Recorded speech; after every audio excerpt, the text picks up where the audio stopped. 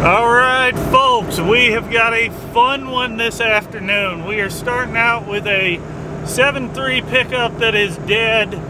Drove to where it is, shut it off, now it's a crank, no start. When we get done with that, we're going to go look at a little case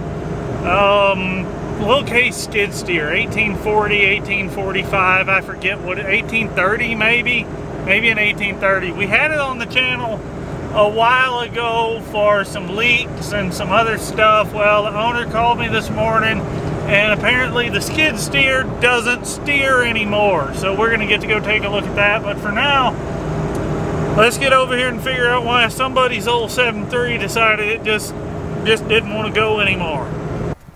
I wonder if there's a white Ford around here anywhere. We got one there, that's a 6.0. We got one there with a V10. We got my 450 there with a 7.3, and then right over here we have our 7.3 F250 that is currently supposed to be crank no start. Where is a key? It's awful hard to start a pickup truck without a key. Not impossible, but let's find that. Alright, got the keys. Let's see what she does.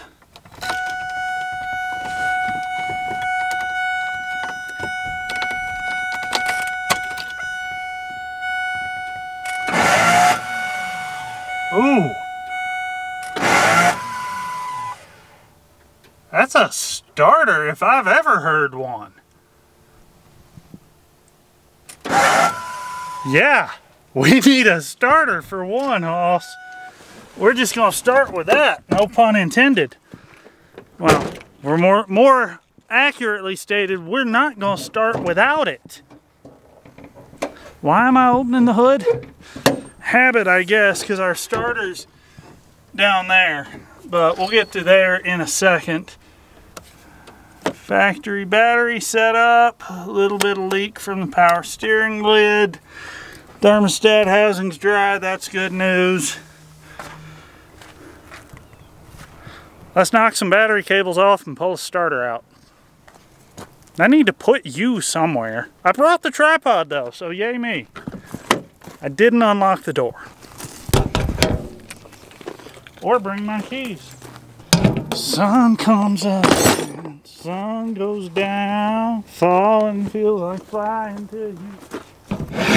I hope you can see from there, because that is the space available at the moment.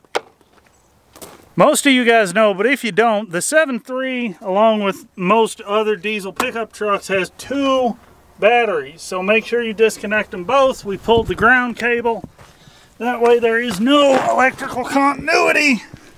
And then our starter is there. So that sweet little starter motor needs to cease being connected to that engine block, which we can do. And oh yeah, apparently the drain plug's a little drippy. Tell me you own a 7.3 without telling me you own a 7.3. Half the, pretty much every other random oil drip you see in a parking lot belongs to your truck. Or, you know, you just own that stuff. Turbo Snail. It's as fast as you think it is. Oh, I love my 12,000 pound daily driver. What I do love is this right here, cordless power ratchet. I bought the Milwaukee version because I have a ton of other Milwaukee stuff. Regardless of what version you find that works, if it works, man, cordless ratchet literally changed the way I work. Because being out in the field, working out of a truck, if I can get close enough to my air compressor to use it, I've still got to drag out 50 or 100 feet of hose and hope it doesn't get tangled on stuff. And hope you can see as I just kind of prop you up over there How much stuff can I drop in my face?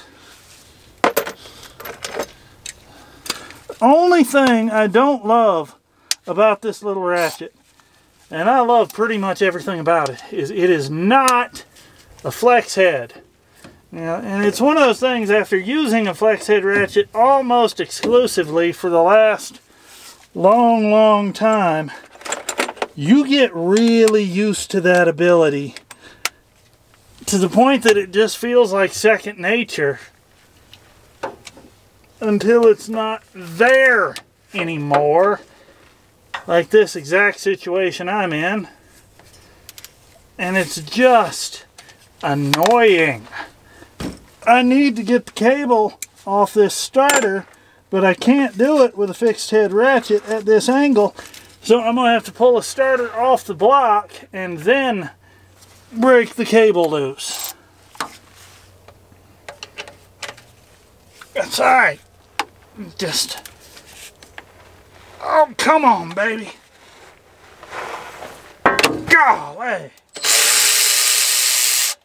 Fly until you hit the ground. God, that is hot. How long ago did they shut this truck off? That shouldn't be that hot. I wouldn't be surprised if this starter's flipping shorted internally or something crazy. Oh, let's go get a wrench. 1 bolt, 2 bolt. Those can go there. Brought the flex head ratchet because old habits die hard. I want an 18mm wrench, very similar to this one here, to get that cable there out of my way. It'd be better if I'd grab a right size, but that would be too simple.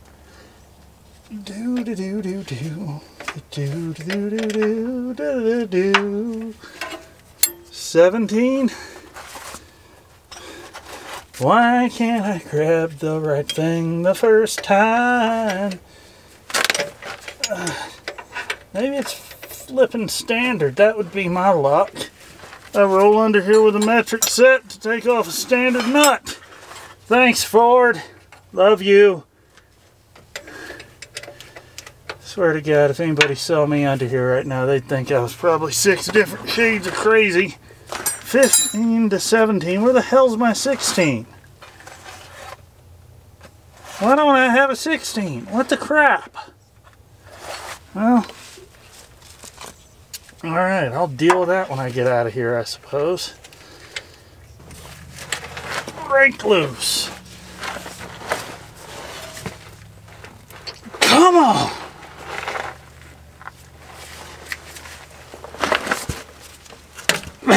There we go. Broke it loose with that ratchet. Now see if I can spin it out with this one.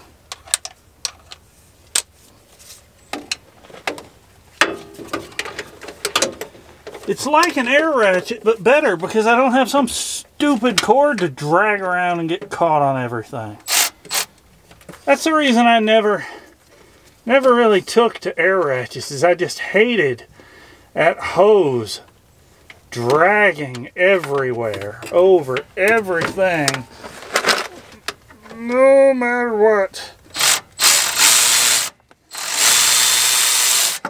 Although this is an ideal application for one of those semi-deep sockets, like the one in the shop that I did not want to walk over there and grab. But we got her done, all right? Right. Let's get these cables loose, old son. Oh. Oh.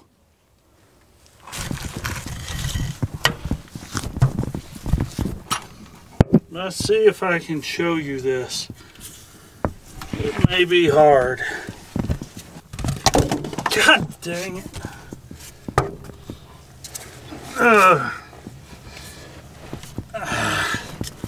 Do YouTube, they said.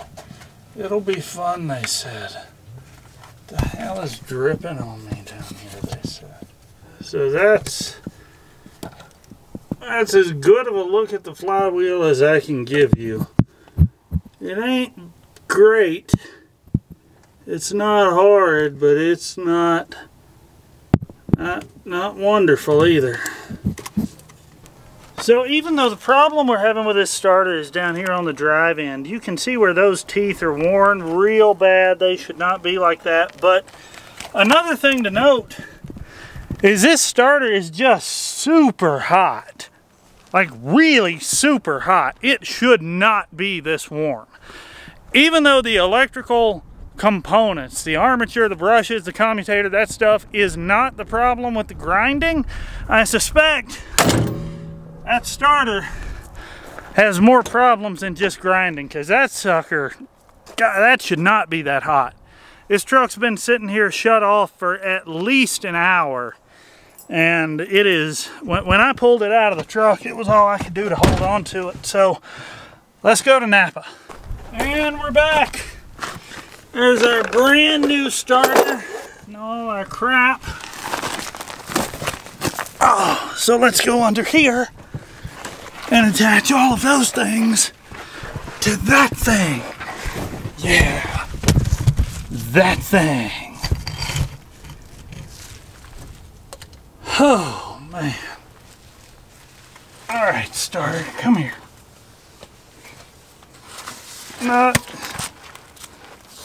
Stop. Please call our ASE certified technicians at phone number for assistance. I will do that if I need to, but fingers crossed. I've put a starter on a 7.3 once or twice, or 15 times. You gotta be honest, of all the places this guy could have had his truck break down, literally in front of the shop was about as good of a place as there could be for this to happen. Alright, got our starter in. Let's get our batteries reconnected, and then we can talk about trying to kick this whole thing over. See how we done did.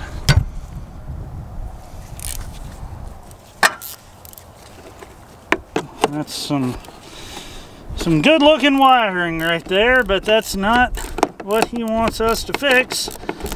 So we are just gonna have to let that ride like it is.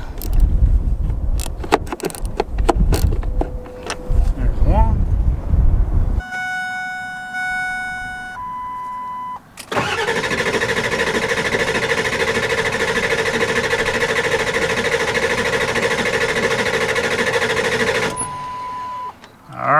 Well, at least we got her cranking. So we got good cranking energy, good RPM turning over, no smoke out the tailpipe, so that's telling me either no fuel to the injectors or no oil pressure to the injectors to fire them. Now we get to get into that and figure out what that's all about.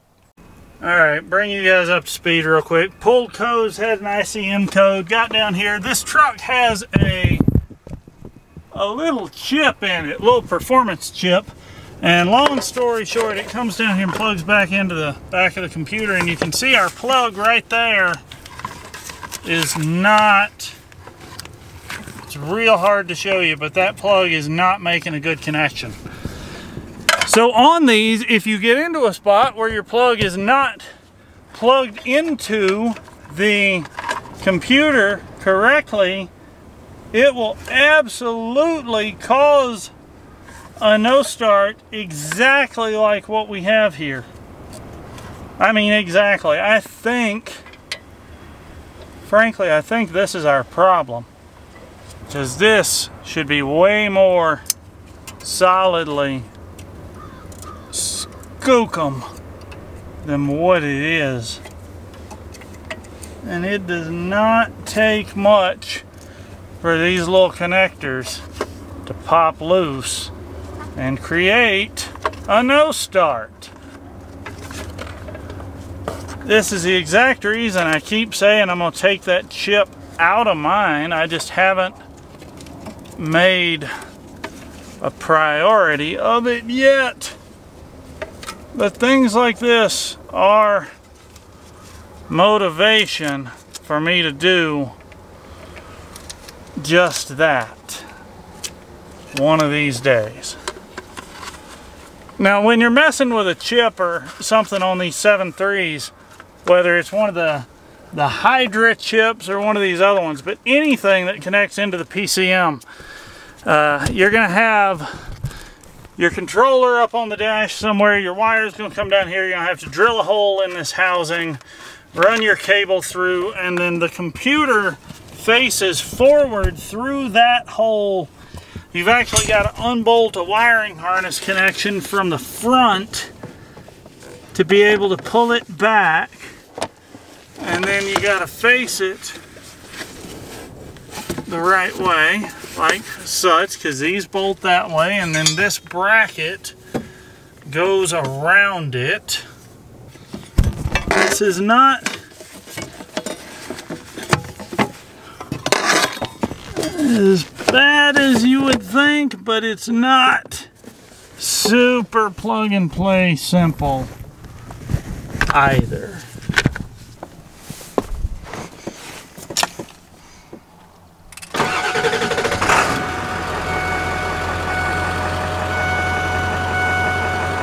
All right,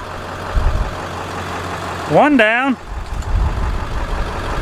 Didn't have time to film anything with the little Case 1830, but one hydraulic drive in this machine has failed. Ironically, not the one that's leaking oil all over the place.